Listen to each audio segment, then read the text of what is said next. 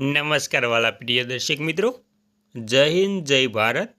સ્વાગત છે તમારું આપણી YouTube channel mister Vijay in એજ્યુકેશનમાં. તો મિત્રો, આજે આપણે વાત કરવાના છે કે ઉંમર આધારિત વધારાના પેન્શન અંગે નવા નિયમ લાગુ. તો જે ઉંમર આધારિત પેન્શનમાં વધારો થાય છે તેમાં હવે ફેરફાર કરવામાં આવ્યો છે અને ઉંમર આધારિત પેન્શનમાં જે નવા નિયમ લાગુ થયા છે તેની સંપૂર્ણ વાત આજે આપણે કરવાના છે મિત્રો. તો સંપૂર્ણ વાત વિગતવાર જાણતા પહેલાં તમને એક નાની વિનમ્ર વિનંતી છે કે તમે આપણી ચેનલમાં નવા હોય તો આપણી ચેનલને સબસ્ક્રાઈબ કરી લેજો અને વિડીયો ગમે તો લાઈક કરવાનું ભૂલતા નહીં. તો મિત્રો, વિગતવાર વાત કરીએ તો તમે પણ ગુજરાત રાજ્યના પેન્શન ધારક છો તો તમારા માટે પેન્શનને લઈ ખૂબ જ સારા સમાચાર છે. જે ઉંમર આધારિત પેન્શન વધારાને લઈ સારા સમાચાર આપતા તમામ પેન્શનરોમાં એક ખુશીનો માહોલ જોવા મળી રહ્યો છે. તો મિત્રો, ઉંમર આધારિત પેન્શનમાં વધારો એ વરિષ્ઠ નાગરિકો માટે આર્થિક સુરક્ષા અને સન્માનપૂર્વકનું જીવન જીવવાનું એક મહત્વપૂર્ણ પગલું છે. જેમાં 80 કે તેથી વધુ વર્ષની વયે પેન્શનમાં જે ક્રમિક વધારો સ્વાસ્થ્ય જરૂરિયાતો અને મોંઘવારી સામે રક્ષણ જેવા મુખ્ય પાસાઓનો સમાવેશ થાય છે. વરિષ્ઠ નાગરિકો અને પેન્શનરોનું મહત્ત્વ.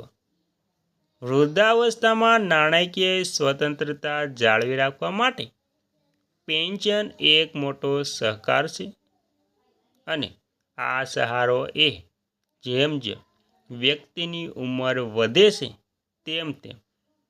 તેમ જેમની તેની દવાઓ અને સારવારનો ખર્ચ પણ વધી જાય છે. આવી સ્થિતિમાં સરકાર દ્વારા ઉંમર આધારિત પેન્શનમાં વધારો કરવાથી વરિષ્ઠ નાગરિકોને મોટી રાહત મળે છે. ઉંમર મુજબ પેન્શન સ્લેબ અને લાભ. સરકારી કર્મચારીઓ અને પેન્શનરો માટે ઉંમર વધારાની સાથે પેન્શનની રકમમાં પણ વધારો થાય છે.